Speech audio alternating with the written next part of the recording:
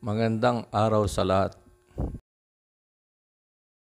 Sa mundo ng mga mahilig sa mga motorsiklo, ito ang Yamaha XSR 155 ang komportableng motorcycle tourers. Naglagay din ako ng dalawang handlebar riser para tumaas ang handlebar at maging komportable ang posisyon.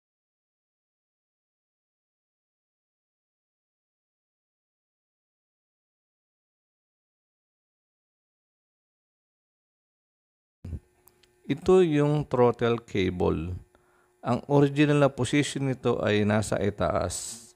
Minodify ko at ibinaba ang throttle cable para hindi mabatak.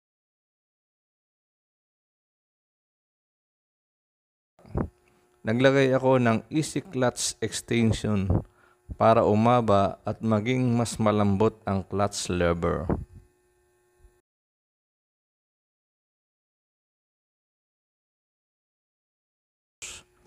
Obviously, nag-install ako ng windshield. Windshield ay isang bagay na personal kong preference. Ang windshield ay mausay sa pagprotekta sa hangin at mga elemento sa pamamagitan ng pagbabawas ng dami ng pagtama sa katawan. At nararamdaman ko na nakakatulong bumilis ang takbo ng motor at nasisiyahan ako sa maabang pagbiyahe. Iba ang pakiramdam kapag may windshield at napaka-komportable ng upo sa XSR 155 Touring Concept.